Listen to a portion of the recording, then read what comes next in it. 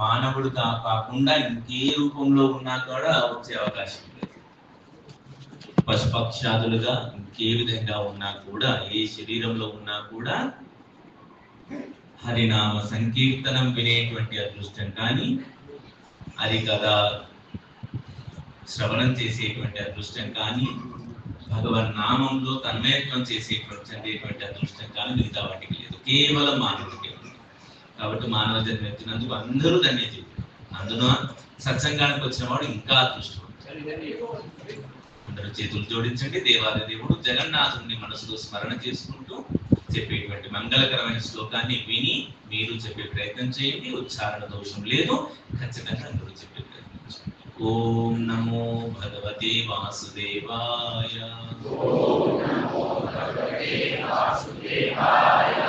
ఓం నమో భగవతే వాసుదేవాయ.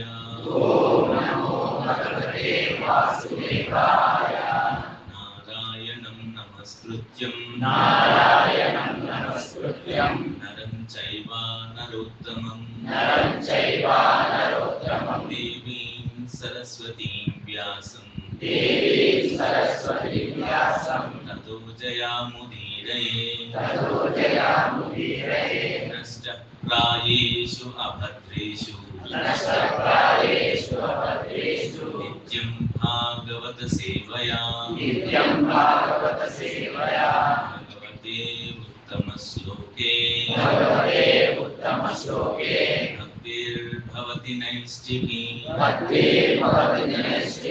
కృష్ణాయ వాసుదేవాయ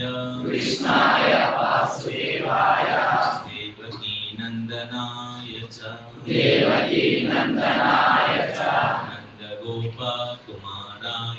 నందగోపకుమారాయ గోవిందాయ నమో నమః. గోవిందాయ నమో నమః.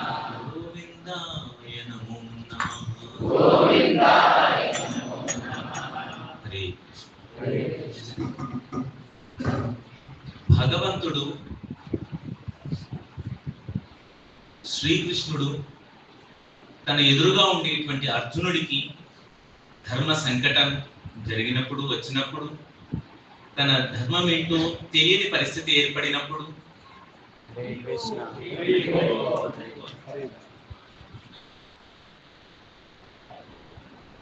తనకు తానుగా తన ధర్మమేమి, కర్తవ్యమేమి నిర్ణయం చేసుకోలేని పరిస్థితిలో భగవంతుణ్ణి, కృష్ణ ఇన్ని రోజులు నేను నీకు స్నేహితుడినిగా ఉన్నాను,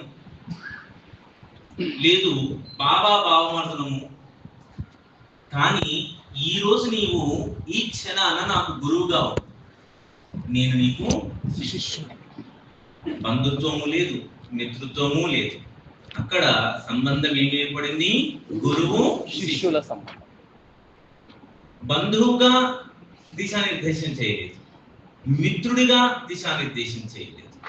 ధర్మ ఉపదేశం జరిగింది గురువుకి శిష్యునికి, గురువు నుండి శిష్యుడికి. ఏవం పరంపరాప్త. ఇదే సనాతన ధర్మము. ఎన్ని శాస్త్రాలైనా చూడండి, ఎన్ని పురాణాలు తిరిగేయండి, శాస్త్రాలు తిరిగేయండి, ఇతిహాసాలు తిరిగేయండి, అన్నీ కూడా మొదలయ్యేది ప్రశ్నతోనే, సమాధానంతోనే అంతమవుతుంది. ఇది గురువు శిష్యుడు అంతే. పార్వతి అమ్మవారికి అనేకమైన సందేహాలు వస్తాయి, అనుమానాలు వస్తాయి. ఆమె వెంటనే వెళ్ళి పరమేశ్వరుని అడుగుతుంది, స్వామి మరి ఇదేమిటి అంటే ఆయన వెంటనే దానికి సమాధానం చెప్తారు. అన్ని శాస్త్రాలు ఇలాగే మొదలవుతాయి. ఈవిడ అడిగారు, ఆయన చెప్తారు. అట్లాగే భగవద్గీత కూడా అర్జునుడు అడిగాడు, కృష్ణుడు చెప్పాడు. ప్రశ్నతోనే మొదలవుతుంది, ప్రశ్నతో మొదలై సమాధాన పలుకుతుంది చివరికి. ఇక్కడ మరి ఆయన తన యుద్ధం చేయాలా వద్దా, ఈ రణరంగంలో తన యొక్క కర్తవ్యం ఏమిటి, ఎదురుగా ఉన్న వాళ్ళందరూ తన వాళ్ళే, నేను యుద్ధం చేయను, యుద్ధం వల్ల హింస జరుగుతుంది, మానవ నష్టం జరుగుతుంది, ఎంతో మంది చనిపోతారు, అనేకమైనటువంటి సైనికులు, రాజులు, మిత్రులు, స్నేహితులు వీరందరూ చనిపోతారు, ఇంతమంది చనిపోవడానికి నేను కారణం కాకూడదు, ఇంత హింస, ఇంత రక్తపాతము మంచిది కాదు, దీనివల్ల సమాజం చెడిపోతుంది, కుటుంబాలు ఛిద్రమైపోతాయి, అనాథులవుతారు జనాలందరూ కూడా, రక్షించేవాడు ఉండడు. ఇంత వినాశనం చేసి సమాజాన్ని భ్రష్టు పట్టించి చేసేటువంటి ఈ యుద్ధం నాకు అక్కర్లేదు, నేను యుద్ధం చెయ్యను, ధనస్సును కింద పడేస్తాను, ఈ ధనస్సు బాణాలు నాకు అక్కర్లేదు, నేను సన్యాసం తీసుకుంటాను, ఏ పని చేయను అంటే అర్జునుడి అనేటువంటి ఈ సందేహానికి కృష్ణుడు రకరకాలుగా సమాధానం చెప్తూ, ముందుగా తను ఎవరు అనేటువంటి విషయంతో మొదలుపెట్టి, నీవెవరు అనగానే నేను ఈ దేహాన్ని కాదు, నేను ఆత్మస్వరూపాన్ని అంటూ తన యొక్క ఆత్మజ్ఞానాన్ని మొదలుపెట్టి, ఆ తర్వాత తను ఎవరు అంటే భగవంతుడెవరు తన రూపాన్ని తెలియజేసి, భగవంతుడికి భక్తుడికి ఉండేటువంటి సంబంధం ఏమిటి అది తెలియజేసి, ఏ విధంగా భగవంతుడిని చేరగలగాలి అది తెలియజేసి, ఈ చేరే మార్గాల్లో ఉండేటువంటి ఆటంకాలు ఏమిటి అవి తెలియజేసి, చివరిగా అతను పొందేది ఏమిటి అది తెలియజేస్తున్నాడు. ఇదంతా భగవద్గీతలో ఉండే 5 విషయాలు చెప్తున్నాడు. రకరకాల అధ్యాయాల్లో రకరకాల విషయాలుగా, ముఖ్యంగా 3 యోగములుగా చెప్పుకుంటాం. భక్తి యోగము మధ్యలో ఉంటుంది, ముందుగా కర్మయోగము, చివర జ్ఞాన యోగం, మధ్యలో ఉండేది భక్తి యోగం.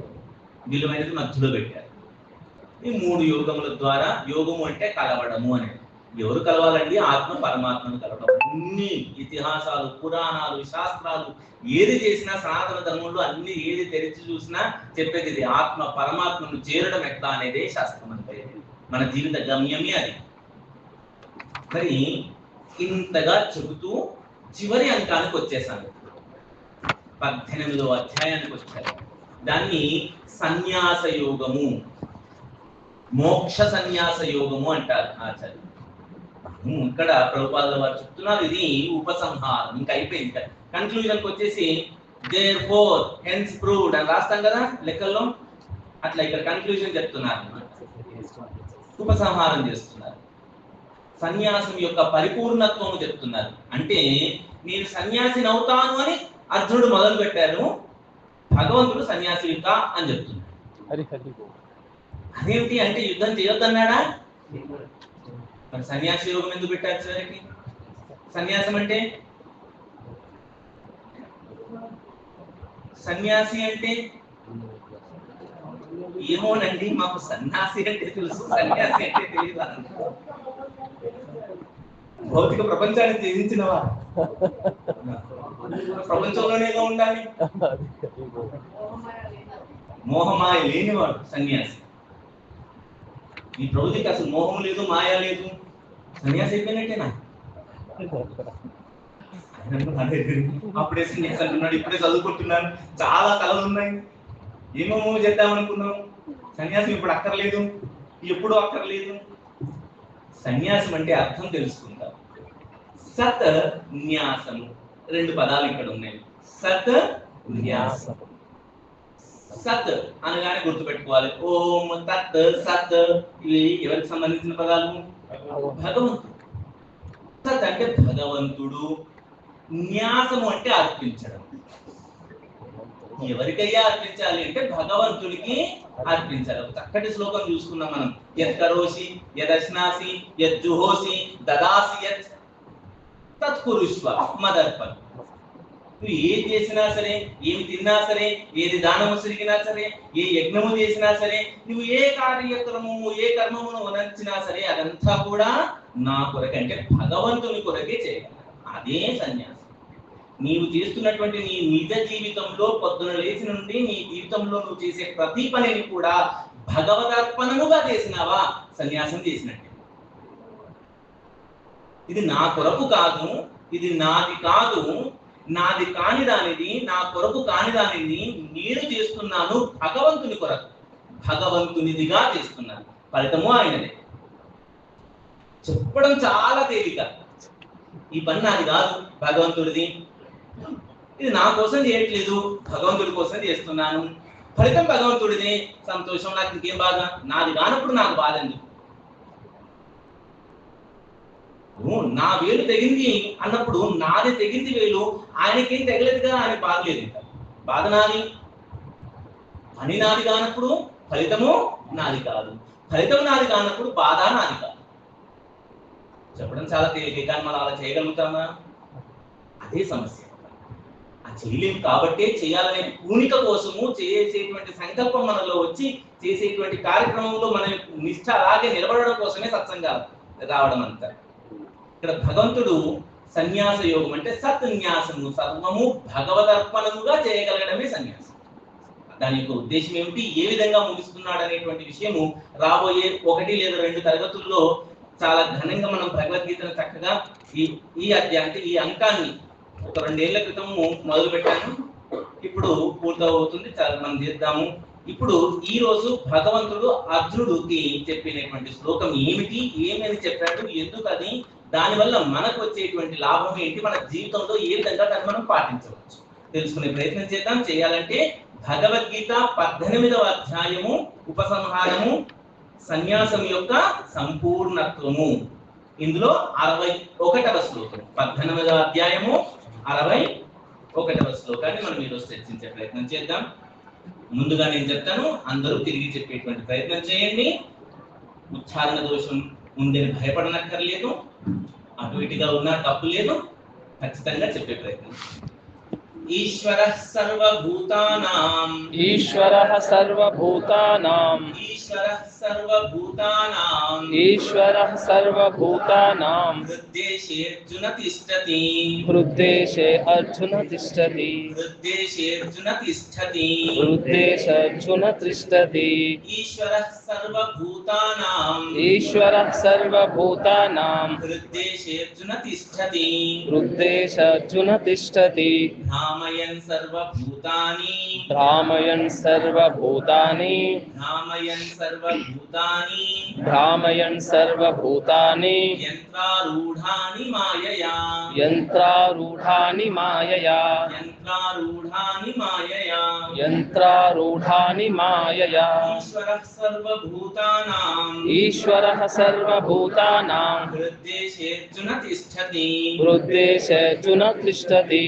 భ్రామయన్ సర్వభూతాని, భ్రామయన్ సర్వభూతాని, యంత్రారూఢాని మాయయా, యంత్రారూఢాని మాయయా.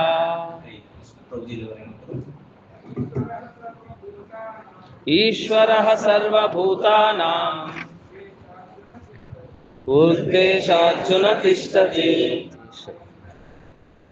భ్రామయన్ సర్వభూతాని, యంత్రారూఢాని మాయయా. ఈశ్వరః సర్వభూతానాం, ఈశ్వరః సర్వభూతానాం, హృద్దేశే అర్జున తిష్టతి, హృద్దేశేర్జున తిష్టతి, భ్రామయన్ సర్వభూతాని, భ్రామయన్ సర్వభూతాని, యంత్రారూఢాని మాయయా. యంత్రారూఢాని మాయయా. ఈశ్వరః సర్వభూతానాం, హృద్దేశార్జున తిష్టతి,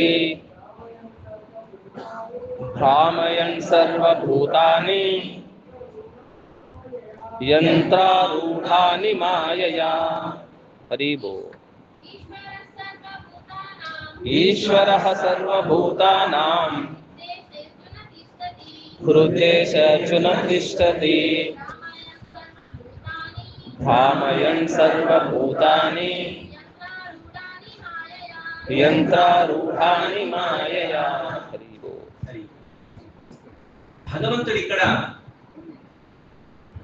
ప్రతిసారి కూడా మమ, మయి, మత్తః అని చెప్పుకుంటూ వచ్చాడు. నాది, నేను, నాచే అని చెప్పాడు ఎన్ని శ్లోకాల్లో కూడా. ఇక్కడ కృష్ణుడు మొట్టమొదటిసారిగా ఏమంటున్నాడు, ఈశ్వరః, ఈశ్వరుడు అనే పేరు తీశాడు. ఈశ్వరః, ఈశ్వరుడు, సర్వభూతానాం అంటే సకల జీవులకు. ఏదో సినిమాల్లో చెప్పినట్టు భూతానాం అనగానే భూతాలని కాదు, భూతములు అంటే జీవులు అని అర్థం. సర్వభూతానాం అంటే సమస్త జీవులకు, జీవులలో హృద్దేశే, హృద్దేశే, హృద్దేశే అంటే హృదయమునందున, అర్జున, ఓ అర్జున, హృద్దేశే అర్జున. మీరు శ్లోకాన్ని చదివేటప్పుడు విడిగా చదవాలనుకుంటే హృద్దేశే అర్జున తిష్టతి అని చదవండి, లేదు కలిపితే హృద్దేశేర్జున తిష్టతి అని చదవాలి. హృద్దేశే అంటే హృదయమునందు, అర్జున అంటే ఓ అర్జున తిష్టతి ఉన్నాను. భగవంతుడు ఏం చెప్తున్నాడు? ఈశ్వరునిగా సమస్తమైనటువంటి జీవులలో వారి హృదయమునందున తిష్టతి ఉన్నాను. ఓ అర్జున అంటూ చెప్తున్నాడు. ఏం చేస్తున్నాడట? భ్రామయన్. భ్రామయన్ అంటే తిప్పడం, తిప్పుచు. ఏం తిప్పుచు? సర్వభూతాని సకల జీవులు, యంత్ర ఆరూఢాని యంత్రారూఢాని అంటే యంత్రమును అధిరోహించిన లేదా యంత్రమున ఉంచబడిన, మాయయా మాయ చేత. ఏ పదానికి ఆ పదం అర్థం ఇది. మాయయా మాయ చేత, యంత్రారూఢాని యంత్రముపై నుంచిన లేదా ఉంచబడిన, సర్వభూతాని సమస్త జీవులు, భ్రామయన్ త్రిప్పుచు. కలిపి అర్థం ఏంటి ఇప్పుడు తెలుసుకుందాం. భగవంతుడు అంటున్నాడు, ఓ అర్జున, యంత్రము అంటే ఈ భౌతిక శక్తిచే మాయచే ఏర్పరచబడినటువంటి యంత్రము మీద ఉన్నటువంటి ఈ సమస్తమైన జీవులలో వారి వారి హృదయములలో నేను ఈశ్వరునిగా ఉంటూ వారిని నియమిస్తున్నాను, వారి గతులను నిర్దేశిస్తున్నాను అని అర్థం. ఇక్కడ స్పష్టంగా అర్థం చేసుకునేటువంటి ప్రయత్నం చేద్దాం. జీవులందరూ ఎవరట అంటే యంత్రముల పైన ఉంచబడిన వాళ్ళు. అదేంటి? ఏ మిషన్లు తీసుకొచ్చి పెట్టారు మనల్ని? ఏ మిషన్ల మీద మనం ఉన్నాం? అన్యాయము. మేము ఏ మిషన్ మీద లేము. చక్కగా ఇక్కడ అంతా పట్టాలు పరిచారు, మంచిగా ఇక్కడ కూర్చున్నాము. ప్రభుజీలు లేదా మాతాజీలు కొందరు కుర్చీలలో కూర్చున్నాము. మేము ఏ యంత్రం మీద ఉన్నామండి? ఇక్కడేమో భగవంతుడు అంటున్నాడు, యంత్రారూఢాని యంత్రముల మీద ఉంచబడిన, సర్వభూతాని సమస్తమైనటువంటి జీవులు. ఏ యంత్రం మీద ఉన్నాము అంటే అందరం యంత్రాల మీద ఉంచబడిన వాళ్ళనే. ఈ శరీరం అనేటువంటి యంత్రం, ఇదే అద్భుతమైనటువంటి యంత్రము, మామూలు యంత్రం కాదు. ఎటువంటి యంత్రం అంటే అప్పుడెప్పుడో అమ్మ కడుపులో పడ్డప్పుడు 3వ నెలలో మొదలైందండి ఈ గుండె కొట్టుకోవడం. 3వ నెలలో ఈ గుండె కొట్టడం మొదలైతే అది కొట్టుకుంటూనే ఉంది, కొట్టుకుంటూనే ఉంది, కొట్టుకుంటూనే ఉంది. ఎప్పటి వరకు అంటే నా చివరి శ్వాస వరకు కొడుతూనే ఉంది. ఏదో అప్పుడెప్పుడో ఇన్నేళ్ల ముందెప్పుడో నేను మొదలు పెట్టాను పని చేయడము. ఒక్కరోజు సెలవు లేదు కదా అని ఆపేస్తుందా పని? ఆపితే ఉంటుందా పని? ఏ పని లేకుండా పోతుందా? మరి ఎవరండి ఆ హృదయాన్ని ఎప్పటికీ అలాగా జీవం ఈ శరీరంలో ప్రాణం ఉన్నన్ని రోజులుగా అలా ఎప్పుడూ లయబద్ధంగా అంటే పద్ధతిగా కొట్టుకునేలా చేసేది? అదే ఈశ్వరుడు. ఇంత చక్కటి యంత్రము, ఎంత గొప్ప యంత్రమో. ఎదురుగా కంచం పెట్టాము, కంచంలో చక్కటి ప్రసాదాన్ని పెట్టారు. ప్రసాదము తిందామనుకున్నాం, అని అనుకునే సమయానికి కరెంటు పోయింది, లైట్ లేదనుకోండి. ఇలా చేతిలో పట్టుకున్నాం ప్రసాదాన్ని. కళ్ళు కనబడట్లేదు, కళ్ళు పొడుచుకున్నా కనబడనటువంటి చీకటి ఉంది. ఈ ప్రసాదాన్ని తీసి ఇలా దగ్గర చేసుకున్నాను, కళ్ళు మూసుకునైనా సరే. నీవు మోచేతి దగ్గర వంచితే కరెక్ట్ గా నీ యొక్క చేతి వేళ్ళు నోటి దగ్గరకు వచ్చాయి. అంటే మోచేతి నుండి ఈ చేతి వేళ్ళు కరెక్ట్ గా నోటికి అందేంత సైజులోనే ఉంటాయి. ఎవరి చేతి వేళ్ళు ఉదాహరణకి ఇక్కడ నుండి ఇక్కడ సైజు ఎక్కువ ఉంది అనుకుందా, అప్పుడు ఏంటి పరిస్థితి? ఇలా నేను చెయ్యి ముడిచాను అంటే నోట్లో కాకుండా నెత్తి మీదకి వెళ్ళిపోయింది. పోనీ చిన్నగా ఉందనుకోండి, అప్పుడేంటి? నోట్లో కాకుండా గొంతుకి, లేదు హృదయం దగ్గరకు. ఎంత పర్ఫెక్ట్ గా డిజైన్ చేశారు చూడండి. అద్భుతమైన యంత్రమా కాదా? అద్భుతమైన. అదే ఇంత శరీరమే, ముఖము ఇంత అందంగా ఉంది. ఇక్కడ మాత్రమే కనుల పైన మాత్రమే కనుబొమ్మలు, అక్కడ మాత్రమే వెంట్రుకలు వచ్చాయి. అదేమిటి? స్నానం చేశావు, లేదు నీళ్ళ కింద ఉన్నావు, లేదు వర్షంలో తడుస్తున్నావు, ప్రతి నీటి చుక్క కూడా ఆ కనుబొమ్మల మీద పడి జారుతూ పక్కకెళ్తాయి, నీటి కళ్ళలోకి వెళ్లకుండా. అక్కడ మాత్రమే ఉండాలి. చేతి వేళ్ళు ముడుచుకున్నామా, ఒక్కొక్కటి ఈ 4 వేళ్ళు ఒకవైపుగా ఉన్నాయి, 5వ వేలు ఒక్కటి సైడ్, బొటన వేలు ఒక్కటి సైడ్ ఉంది. ముడిచామా, పిడికిలు బిగించామా, ఆ 4 వేలను బంధించినట్టుగా ఎంత పద్ధతిగా. పోనీ ఇది లేనప్పుడు ఈ బొటన వేలే లేకపోతే ప్రతి ఒక్క వేలికి పోనీ 5 వేలు సమానంగా ఉండి ఉంటే కష్టం. ముడవడం అనేది సాధ్యమయ్యే పనే కాదు. ఉదాహరణకు అన్ని వేలు సమానంగా ఉన్నాయి. సమానంగా ఉండాలండి, ఎక్కువ తక్కువలు ఉండకూడదు, తప్పది. ఒకరు ఎక్కువ ఒకరు తక్కువ ఏమిటిది, అందరూ సమానమే అంటూ సమానమైన వేలు పెట్టాము. అన్ని వేళ్ళు ఒకే పొడవు ఒకే మందంతో ఉన్నాయి, ముడవగలుగుతామా? పిడికిలు బిగించగలుగుతామా? నోరారా ముద్దను పట్టుకోగలుగుతామా?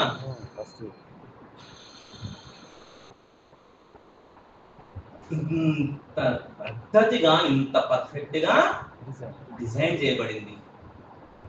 ఇంత యంత్ర ఆరూఢాని, ఈ యంత్రముపై అధిరోహించి పైన ఉంచబడిన సమస్త భూతాన్ని సకల జీవులందరి హృద్దేశే హృదయములందు తిష్టతి, నేను ఉన్నాను.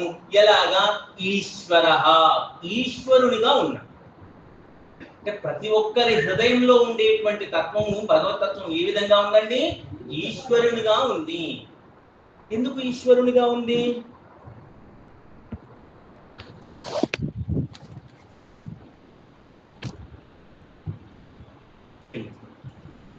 అంటే శాస్త్రం చెబుతుంది, ఈ పరమతత్వం ఏదైతే ఉందో ఇది 3 రకాలుగా మనకి భాషిస్తూ ఉంటుందట. 3 రకాలుగా. ఏంటి? యత్ జ్ఞానమద్వయం, ఈ అద్వయమైనటువంటి అంటే రెండుగా లేనటువంటిది ఏదైతే ఉందో, ఒక్కటిగా ఉన్నది ఏదైతే ఉందో అది మనకు 3 రకాలుగా భాషిస్తుంది. ఏ విధంగా? పరమాత్మేతి బ్రహ్మేతి పరమాత్మేతి భగవాన్ ఇతి శబ్దతి. తత్వవిదస్తత్వం యత్ జ్ఞానమద్వయం బ్రహ్మేతి పరమాత్మేతి భగవాన్ ఇతి శబ్దతి. ఈ పరతత్వం ఏదైతే ఉందో 3 రకాలుగా భాషిస్తుంది. బ్రహ్మముగా, పరమాత్మగా, భగవంతుడిగా, 3 రకాలుగా పరతత్వము ఈ 3 రకాలుగా భాషిస్తుంది. బ్రహ్మముగా ఉంది అనుకుందాం. ఈ బ్రహ్మంగా ఉండేటువంటిది ఎవరికి గోచరమయ్యే పరిస్థితి కాదు. బ్రహ్మం ఎవరికి కనబడేది కాదు, అందేది కాదు, జ్ఞానము చేత కూడా పొందలేనటువంటిది బ్రహ్మం. అందుకే అబ్బా అదో పెద్ద బ్రహ్మ పదార్థంగా అంటారు. వాడు పొందలేడు అనుకోండి, వాడి జీవితంలో సాధించలేడు అనుకోండి, చాలా కష్టం అనుకోండి, నేను అంటాం అది పెద్ద బ్రహ్మ పదార్థంగా అంటారు. బ్రహ్మం అంటే అది గోచరం కానట్టుది, సమస్తమైనటువంటి లోకాలంతటా ఉండింది బ్రహ్మము. రెండవది ఏమిటి? పరమాత్మ. ఈ పరమాత్మ తత్వం అంటే ఏమిటి అంటే సమస్తమైనటువంటి జీవులన్నింటా దానిలోనికి ప్రవేశించి ఉండి తనని నియమించేటువంటి తత్వం. అంటే ఎన్ని జీవరాశులు ఉన్నాయో అన్నింటిలో తను ప్రవేశించగలగాలి. 1 ప్రవేశించి అందులో ఉండగలగాలి. 2 ఉండి ఆ జీవతత్వాన్ని నిర్దేశించగలగాలి, నియమించగలగాలి. ఇది పరమాత్మ తత్వం. ఈ పరమాత్మ తత్వాన్ని ఈశ్వర తత్వము అంటాము. ఈశ్వర అంటే అన్నింటా ఉండి ప్రవేశించి నియమించున్నది ఈశ్వర తత్వము అని. అంటే ఈ సమస్తమైనటువంటి బ్రహ్మాండమునందు ఈశ్వర తత్వము లేకుండా ఉన్నది ఏది లేదు, అంతటా ఉంది. ఏది కూడా తనచే నియమింపబడకుండా ఉన్నది కూడా లేదు. అన్నింటినీ నియమించేది, దాని గదిని నిర్దేశించేది ఈశ్వరతత్వం. ఈ ఈశ్వరతత్వం ఏంటండి? ఇది కూడా బ్రహ్మతత్వములానైనా. బ్రహ్మం ఎట్లాగో గోచరం కాదన్నాము, ఈశ్వరతత్వం కూడా గోచరం కాదా అంటే ఇది గోచరం కాదు, కానీ అనుభవంలోకి వస్తుంది. అంటే చూడలేము, పరమాత్మ తత్వాన్ని చూడడానికి వీలు కాదు, కానీ అనుభవం మాత్రం వస్తుంది, ఎక్స్పీరియన్స్ చేయగలం. అంటే మనం దాన్ని చూడలేము కానీ అనుభవింపగలం. అదెట్లాగా? చూడకుండా ఎలా అనుభవించేదండి? నీళ్లున్నాయి, నీటిలో ఉప్పు కలిసింది. నీటిలో ఏం కలిసిందండి? నీరు తాగాం, కలిసిన ఉప్పు కనబడుతుందా? కనబడిందా? కనబడలేదు, గోచరం కాలేదు. కానీ నీకు ఉప్పు ఉందని తెలిసిందా? అనుభవంలోకి వచ్చి. పరమాత్మ తత్వము అంతే, కనబడదు కానీ ఉందనే అనుభవంలోకి వస్తుంది. ఏంటి? నీలో చేతన ఉంది. పొద్దున్నే 4 గంటల లేవాలనుకున్నావు, ఎవరో టక్కుమని వచ్చి లేపినట్టుగానే నువ్వు లేచావు. లేచావా? గంట కొట్టినట్టుగానే 12:30, 1 గంట కాగానే ఉద్యోగం చేసేవాడికి ఖచ్చితంగా ఆకలిస్తుంది. లోపల నుండి ఎవడ ఆకలి తయారు చేస్తున్నాడు? ఈ చైతన్యం అంటూ ఒకటి ఉందా మనకి? అది పరమాత్మ తత్వం వల్లనే. ఇది అనుభవంలోకి వస్తుంది కానీ కనబడదు. మరి 3వది ఏంటి అంటే భగవాన్, భగవంతుడు. ఇదేమిటయ్యా, ఇది గోచరం కాదా? లేదు లేదు, ఇది గోచరమయ్యే. కానీ ఎన్ని జన్మలు పడుతుందో అది వేరే సంగతి. గోచరమవుతుంది. ఒక రూపముతోని గుణముతోని గోచరమవుతుంది. ఎప్పుడు మనం ఏదో పిలిచాం, నాకు చూపించు, నిరూపించుకొని ఉన్నావని అంటే కాదు. తనకు తానుగా అయ్యో వీడు బాధపడుతున్నాడే, వీరికి కనబడి వీడిని ఉద్ధరిద్దామని అనుకుంటే వస్తాడు ఆయన. అది భగవంతుడి యొక్క శ్రీకృష్ణుడు భగవంతుడు. ఒక రూపముతోని, చక్కగా అందమైనటువంటి రూపముతోని, చక్కటి గుణములతో వచ్చి భగవంతుడిగా వచ్చి సమస్తమైనటువంటి జీవరాశులను ఉద్ధరింపజేయగలుగుతాడు. ఇది అయితే ఇప్పుడు చూడండి, భగవత్ తత్వం ఏదైతే ఉందో 3 రూపాలుగా ఉంది. అది తెలుసుకున్నాము. బ్రహ్మముగా, పరమాత్మగా, భగవంతుడిగా ఉంది. పరమాత్మ అన్న ఈశ్వర అన్న ఒకటి. ఇక్కడ పరమాత్మగా ఉండి ఏం చేస్తుంది? ప్రతి ఒక్కరి హృదయంలో ఉండి వారిని నిర్దేశిస్తుంది, వారి గతులను నిర్దేశిస్తుంది. డిసైడ్ చేస్తున్నా, నీకు ఇది కావాలి, నీకు ఇది కావాలి, నీకు ఇది కాకూడదు అంటూ మన యొక్క గతిని నిర్దేశించేది పరమాత్మయే. మన హృదయం నుండి ఉంది అంటే ఎట్లాగండి అంటే ఆయన ఉండి సాక్షిభూతంగానే ఉంటున్నాడు. ఆయన ఏం చేయట్లేదు, చేసేది మళ్ళీ నువ్వే. నేను తింటున్నాను, నేనే తినేది, కానీ దాని ఫలితము అరిగిస్తున్నాడు. అది భగవంతుడు. పచామ్యన్నం చతుర్విధం, 4 విధాలైనటువంటి అన్నాన్ని నేను పచామి, జీర్ణం చేస్తున్నాను. ఎవరండి? ఇట్లా అంటే కర్మ మనదే, ఫలితం ఆయన ఇస్తున్నాడు. అంటే కర్మకు తగ్గ ఫలితాన్ని ఇస్తుంటాడు. అయితే ఒక్కోసారి జీవుడు ఏం చేస్తాడంటే తను చేసిన కర్మలు మర్చిపోతాడు, కానీ భగవంతుడు మర్చిపో. ఎందుకు? జీవుడి యొక్క జ్ఞాపక శక్తి కానీ, జీవుడి యొక్క శక్తి ఏదైతే తెలుసుకోవడం, ఈ సర్వజ్ఞత అంటాం. ఈ సర్వజ్ఞత అనేది భగవంతుడి లక్షణం, జీవుడి లక్షణం కాదు. జీవుడికి సర్వజ్ఞత లేదు. అర్జునుడికి కూడా ఆ సర్వజ్ఞత లేకే నేను వద్దు యుద్ధం చేయను మొద్దు అని అన్నాడు. కానీ సర్వజ్ఞత ఉన్నటువంటి భగవంతుడు అన్నాడు, లేదు లేదయ్యా పిచ్చివాడ, యుద్ధం చేయాలి నువ్వు అన్నాడు. సర్వజ్ఞత ఉంది కాబట్టి ఆయన చెప్పాడు, లేదు కాబట్టి నేను అన్నాడు. జీవుడు మరచినా భగవంతుడు మనోడు, నీవు చేసినటువంటి కర్మలే, నువ్వు పోయిన జన్మలో ఇది చేసావు, లేదు ఈ జన్మలో ఇది చేసావు, దీని ఫలితం ఇది అని సాక్షిభూతంగా ఉంటూ నీ యొక్క గతిని నిర్దేశిస్తూ ఉంటాడు. ఒక దేహం నుండి ఇంకో దేహం వెళ్ళేటప్పుడు కూడా ఇలాంటి దేహమే, ఒకరిని ధనవంతుడిగా, ఒకరిని కటిక పేదవానిగా, ఒకరిని మహా సౌందర్య రాశిగా, ఒకరిని మహారూపిగా, ఒకరిని ఫలానా దేశంలో, ఒకరిని ఇంకో దేశంలో. ఎందుకు ఈ విధంగా ఇన్ని రకాలుగా వాడు ధనవంతుడిగా పుట్టడం ఏంది? వాడు పుట్టడమే ధనవంతుడి కుటుంబంలో పుట్టాడు, వీడు పుట్టడమే కటిక పేదవానిగా పుట్టాడు. ఎందుకు ఇలా జరిగింది? భగవంతుడు సమంగా చూడట్లేదు, చాలా పార్షియాలిటీ ఉంది అని అనుకుంటాము. నిజానికి భగవంతుడు చేసింది ఏమీ లేదు, మనం చేసుకున్నటువంటి కర్మ ఫలితంగా మనం ఆ విధంగా పుడతాం. నేనేం చేశాను అంటే నువ్వు మర్చిపోయావు అంతే. నీకు ఆ సర్వజ్ఞత లేదు. సర్వజ్ఞత ఉన్న భగవంతుడు నీకు ఆ శరీరాన్ని ఇస్తూ వస్తున్నాడు. శరీరాన్ని ఇచ్చాడు అంటే నువ్వు కట్ట పేదవాడిగా పుట్టావు, లేదు ధనవంతుడిగా పుట్టావు, కానీ మనిషిగా పుట్టావుగా. ఇది మహా గొప్ప అదృష్టం, మామూలు అదృష్టం కాదు. ఓ కుక్కగానో, ఓ పిల్లిగానో, ఓ బల్లిగానో పుడితే ఇలా సత్సంగానికి వచ్చి చక్కగా మన గురువు గారు గానం చేస్తుంటే హరినామాన్ని విని చక్కగా చప్పట్లు కొట్టి అబ్బా హరే కృష్ణ అంటే ఇంత ఆనందంగా ఉంది అని అనుకోగలుగుతుందా? ఏ జీవి అనుకోలేదు. అనుకోగలిగే జీవి ఏంటి? మనమే. ఈ శరీరం అనేటువంటి యంత్రాన్ని ఇచ్చాడు చూడండి, అద్భుతం ఇది. కానీ ఇస్తే మనకు దాని విలువ తెలియట్లేదు,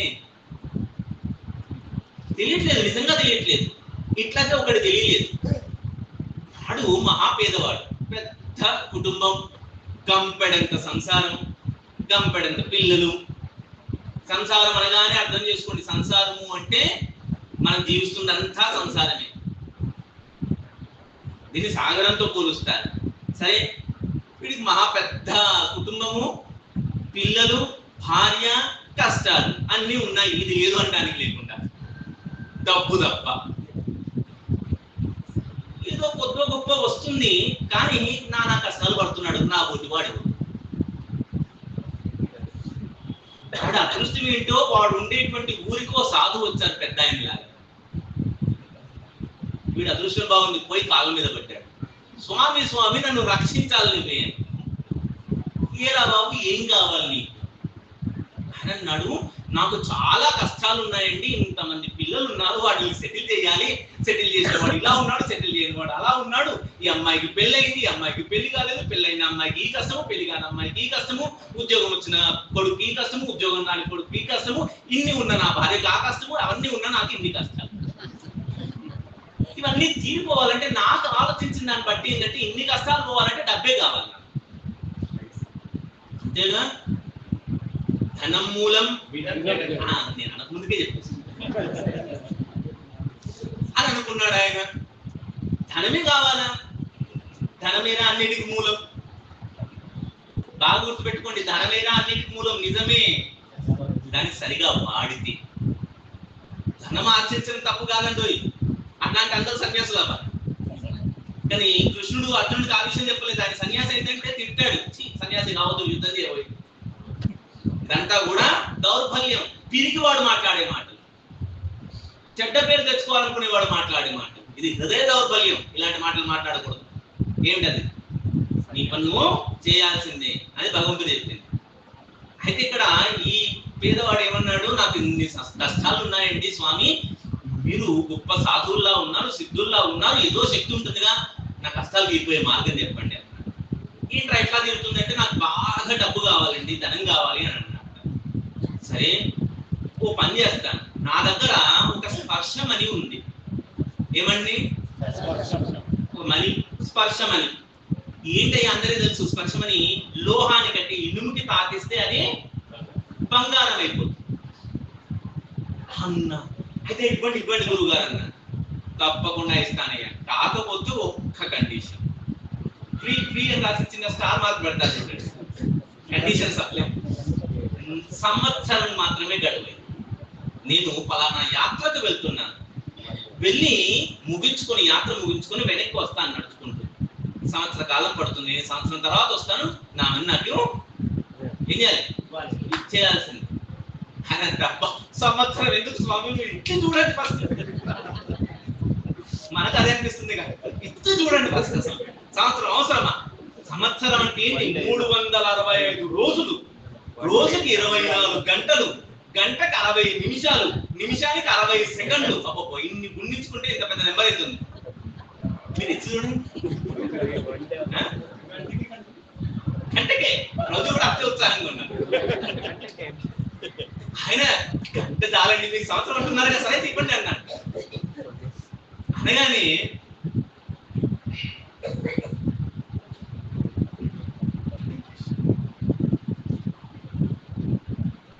సరే ఇచ్చేసాడు, పని తీసుకున్నాడు. సంతోషం తలగదుకున్నాడు. సంతోషం స్వామి అని చెప్పాడు. సంవత్సరం సుమా, తప్పకుండా. రోజు చెప్పారు కదా, గంట చాలు. తీసుకున్నాడు, మని పట్టుకున్నాడు. పట్టుకొని వెళ్దాం. ఇంకా ఇనుము ఎక్కడుందో చూడు, ఇనుము కనబడాలి. రాయికి ముట్టిస్తే అది ఏం బంగారం కాదు, వెండికి ముట్టిస్తే అదేం బంగారం కాదు. దేని తాకించాలంటే ఇనుముకు తాకిస్తే అది బంగారం. ఇనుప ముక్కలు ఎక్కడున్నాయో ఎక్కడ మొదలు పెట్టాడు. 1, 2 అలా ఇలా వాడి ఇంట్లో కనబడ్డాయి. అని అనుకున్నట్ట, ఈ చిన్న గంగాలాన్ని, ఇనుప గంగాలాన్ని, ఇనుప పాత్రని, ఇనుప చెంచాని ముట్టించి ఈ మాత్రం బంగారం సాధించడం ఎందుకు? సంవత్సర కాలం ఉంది నాకు. ఎంత టైం ఉంది? ముందు అనుకున్నాడు, వెంటనే వెళ్ళేసి దాన్ని బంగారం చేసేద్దాం అనుకున్నాడు. చేస్తే మహా అయితే 1/2 కిలో వస్తుంది, కిలో వస్తుంది. నాకు ఎక్కువగా అంటే ఊరికి ఇన్ని మాత్రం ఇస్తారేంటి? ఇస్తారా ఎవరైనా? లేదండి, శనివారం ఈ రోజు అసలే. అయితే ఆయన అనుకున్నట్ట పెద్ద ప్లాన్ చేశాడు. మా ఊర్లో ఇనుము ఎక్కడ ఎక్కువ ఉంటుంది ఆలోచించాడు. ఇనుప సామాన్ల దుకాణం ఒకటి ఉంది. పాతయో కొత్తయో, ఇనుమైతే చాలు కదా. ఈ కొత్త ఇనుప సామాన్లు, పాత ఇనుప సామాన్లు దుకాణం ఉంది. పెద్ద గోడౌన్ వాడు. వెళ్ళాడు, పరుగున వెళ్ళాడు. వెళ్ళిన తర్వాత నాకు ఇనుప సామాన్ ఏంటి ఇస్తాడా? వాడేమిటి ఊరికే ఇస్తాడేంటి? డబ్బులు ఊరికే ఆయన ఇస్తే కానీ తెలియదు మనకి. సరే ఇవ్వయ్య అంటే ఇవ్వడు. ఈయనేమన్నాడు, కాస్త ధైర్యం తెచ్చుకొని, ఇది మనీ ఉన్న ధైర్యం కదా. వెళ్ళాడు, మాట్లాడాడు. సరే నేను మీతో మాట్లాడటానికి వచ్చాను, ఒక డీలింగ్. ఏమిటి? మంచి డీల్, మంచి ఆఫర్ ఇస్తాను. మీ దుకాణం మొత్తం నాకు అమ్మే. 1, 2 అంటే నేను కొనుక్కోవాలి. ఇనుములు కొనుక్కోవాలంటే కూడా నేను డబ్బులు కావాలి కదా. అవి లేకనే కానీ ఈ పాదంతా కూడా నేను మొత్తం కొనేసుకుంటాను అంటే అన్నాడు. నిజాన్ని నేను అమ్మాలనుకోవట్లేదయ్యా, నాకు బాగానే సాగుతుంది వ్యాపారం. నేను చూస్తే నమ్మబుద్ధి ఇస్తలేదు. లేదు లేదు లేదు, నువ్వు అన్నదానికంటే రూపాయి ఎక్కువ ఇచ్చే కొంటాను. నువ్వు కానీ సరే అమ్ముతాను నేను, ఏదో నువ్వు వచ్చావు కొంటాను అంటున్నావు, కొంచెం జాలేసి నీకు ఒక మాట చెప్తాను. ఇప్పుడు రేటు బాగా ఉంది, అంటే కిలోకి ఇంత రేటు ఎంతుందో నాకు తెలియదు, చాలా రేట్ ఎక్కువ. 6 నెలల్లో మార్కెట్ డౌన్ అవుతుంది. 6 నెలల్లో రేట్లు సగానికి పడిపోతాయి. అప్పుడు కొనుక్కోవయ్యా అని అన్నాడు. వాడు ఎందుకు అన్నాడు, వీడు అనుకున్నాడు నిజమేగా, లాభము ఇనుము తాకిస్తే బంగారం అవుతుంది, లాభంలో ఇంకా లాభం ఏంటంటే ఆ ఇనుము కొనాలంటే సగం ధర కొట్టి ఇంకా మంచిది కదా, మొత్తం ధర పెట్టుకునే కంటే అది లాభమే, ఖర్చు పెట్టడం కంటే ఆదా చేయడము లాభమే. అవునా, వ్యాపారం అంటే ఇదే. నేను అనుకున్నట్టు అదే ఇదే వ్యాపారం అంటే అనుకున్నాడు. 6 నెలలేగా, 6 నెలల తర్వాత ఇంకో 6 నెలల సమయం కూడా ఉంది నాకు. ఈ 6 నెలలు వేచి చూశాడు. 6 నెలల తర్వాత మళ్ళీ వెళ్ళాడు ఆ ఇంట్లో సామాన్లు అన్నట్ట. నిజమే, అనుకున్నంత తగ్గలేదు, సగానికి సగం పడిపోతుంది అనుకున్నాను కానీ పావులంతా తగ్గిందయ్యా, అంతే 30 అట్లాగే ఉంది. ఇంకొన్ని రోజులు ఆగు తగ్గుతుందన్న. కొన్ని రోజులు ఆగాడు, కొద్దిగా తగ్గింది. ఇంకొన్ని రోజులు ఆగాడు, ఇంకొద్దిగా తగ్గింది. ఇంకొన్ని రోజులు అన్నాడు, ఇంకొద్దిగా తగ్గింది. ఇంకొన్ని రోజులు అన్నాడు, చాలా తగ్గింది, ఇక కొంటాను అయిపోయింది, ఇంకేముందయ్యా ఇప్పుడు అసలు ఎందుకు వాల్యూ లేదు, మొత్తం చిత్తుగా 5 రోజుల కంటే అధ్వానం అయిపోయింది, కొనుక్కోవాలి అని అన్నాడు. ఇంత తక్కువకు దొరుకుతుంది, ఇంకా డబల్ లాభం అనుకొని కొందామని ఆ స్పర్శ ఏదైతే ఉందో తీస్తున్నాడా, సాధువు వచ్చేసాడు. ఏంటి టైం అప్ అన్నాడు. టైం అప్ నేనేమని చెప్పాను, నేను వచ్చేస్తే నాకు ఇచ్చేసేయాల్సిందే. లేదు, ఒక్క సెకండ్ మీరు వెయిట్ చేస్తూ ఉండండి, మీరు నిల్చున్నంత సేపు కాదు, నీకు సంవత్సరం టైం ఇచ్చాను, సంవత్సరం టైంలో నువ్వు చేసుకోవచ్చు ఏమంటే, నేను వచ్చాకంటే కుదిరే పని, ఒక్క క్షణం కూడా నేను వేచి ఉండను. ఏం చేస్తాను, నాకు కరుణయే లేదు, కరుణ నాస్తి, కరుణ లేదు, ఇచ్చేసేయి అన్నాడు. తప్పని పరిస్థితి ఇచ్చేసాడు. ఏడ్చాడు, పావురం అన్నాడు. చాచా మా ఇంట్లో ఆ చుట్టబట్ట బకెట్ ఏదో ఉండే, ఇంకో బకెట్, దాన్ని ముట్టించినా సరిపోయేది, కొద్దిగా అయినా బంగారం వచ్చేది, బాగుపడేవాన్ని. నా అత్యాశతో పేరాశతో దుకాణం అంతా బంగారం చేద్దాం అనుకుంటే జీవితం అంతా ఎందుకంటే అధ్వానం అయిపోయింది. మూర్ఖుడు కదా. అది మన చేతికి ఆ మణి దొరికుంటేనా ప్రవృత్తి గంట అన్నాడు, కానీ నిజానికి మనము వాడిలానే చేస్తున్నాం అంటున్నాం. మన ఆవేశం కూడా వాడంత ఆవేశమే. మనకు కూడా మణి దొరికింది, ఎటువంటి మణి, ఇనుముని తాకిస్తే బంగారం చేసేటువంటి మణి మనకు కూడా దొరికింది. ఆ మణియే శరీరం. వాడికి సంవత్సర కాలం ఇచ్చాడు, మనకు 100 కానీ చెప్పాడు కండిషన్, నేను తిరిగి వస్తాను, తీసుకుంటాను. కరుణ నాస్తి, నాకు కరుణ లేదు, వెనక్కి తీసుకోవాల్సిందే. అదే యముడు కాలం.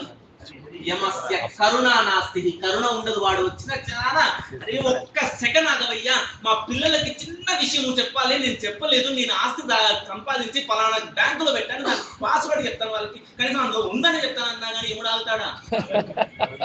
చెప్పు చెప్పు నాకేంటా, నేను వచ్చేసరికి పట్టుకెళ్ళిపోవాలి. క్షీణమాయు దినే దినే యమస్య కరుణా నాస్తి కర్తవ్యం హరికీర్తన. అరే బాబు, ఎప్పుడు ఏ క్షణాన ఈ ఆయుష్ ముగిసిపోతుందో ఎవరికి తెలియదు. అనుకుంటాం సంవత్సర కాలం ఉంది, మనతో ఏదైనా చేద్దాం అనుకున్నాం, కానీ కాలం గడిచిపోతుంది వేగంగా. ఎవరి కోసం నాకు ఈ శరీరం 100 ఏళ్ళు ఉంది అనుకుంటున్నాము, ఏమో ఎప్పుడు దీనికి ముడుతుందో తెలియదు. ఆ మూడేలోపే మనము స్పర్శవేది చేయాలి, అంటే బంగారం తయారు చేయాలి. ఎట్లా తయారు చేయాలి, ఎప్పుడు ఎంత వీలైతే అంత వీలుగా వెంటనే మనము స్పర్శించాలి. ఎవరినండి అంటే భగవద్ భక్తుల సాంగత్యంలో. ఎంత తొందరగా వీలైతే అంత తొందరగా.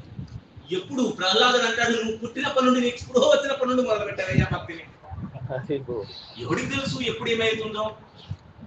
నిశ్వాసే నహి విశ్వాస కదార్థో భవిష్యతి కీర్తనీయమతో బాల్యాద్ హరేర్నామైవ కేవలం.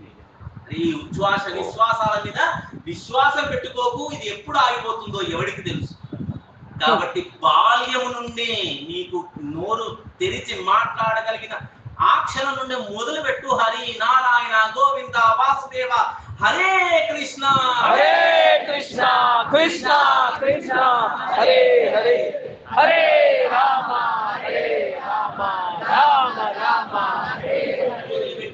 బంగారం అయిపోతూనే ఉంటాయి. హరి హరి బోల్.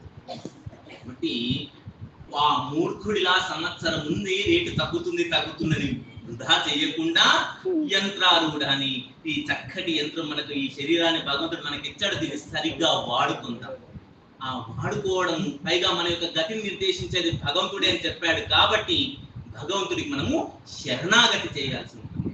ఈశ్వర రూపంలో ప్రతి ఒక్కడి హృదయంలో ఉన్నాడు కాబట్టి, సాక్షిభూతుడై ఉన్నాడు కాబట్టి అటువంటి ఈశ్వర తత్వానికి, అటువంటి భగవత్ తత్వానికి శరణాగతి చేయడమే జీవుడి యొక్క అంతిమమైనటువంటి స్వభావం. అదే అసలైనటువంటి స్వభావము, నిజమైనటువంటి స్వభావము. జీవుడి యొక్క అసలైన స్వభావము దేవుడికి, భగవంతుడికి దాసుడిగా ఉండగలగడమే. అలా దాసుడిగా ఉండగలగడి అదృష్టాన్ని కల్పించమని ఎంతో మంది భక్తులు వారి జీవితాంతం భక్తుల యొక్క సాంగత్యంలో ఉంటూ భగవంతుని సేవిస్తూ వచ్చారు. కేవలం నేను భక్తుల యొక్క భగవంతుడి యొక్క దాసునిగా ఉండి అదృష్టాన్ని కల్పించాలయ్యా అంటూ మొరబెట్టుకున్నారు పెద్ద పెద్ద వైష్ణవులందరూ, భక్తులందరూ కూడా. మనము ఆ విజ్ఞప్తిని, ఆ శరణాగతిని చేసేటువంటి ప్రయత్నం చేద్దాం. ఏ విధంగా చేయగలుగుతాము అంటే కేవలము సాంగత్యము చేత, కేవలము హరినామము జపించడం చేత, స్మరించడం చేత, భజించడం చేత భగవంతుని యొక్క భక్తి మనకు కలుగుతుంది. కాబట్టి భక్తులారా ఒక్క విషయాన్ని గుర్తుపెట్టుకోండి, సమయం చాలా విలువైనది. సంవత్సరం ఉందని ఊరుకుంటే వాడికి పట్టిన గతే మనకు పట్టవచ్చు. కాబట్టి తస్మాత్ జాగ్రత్త, యమస్య కరుణా నాస్తి కీర్తనీయమతో బాల్యాత్ హరే నామైవ కేవలం. హరినామమే, కేవలం హరినామాన్ని భజించండి. సర్వం శ్రీకృష్ణ పాదారవిందార్పణమస్తు. స్వస్తి. హరే కృష్ణ. హరే కృష్ణ.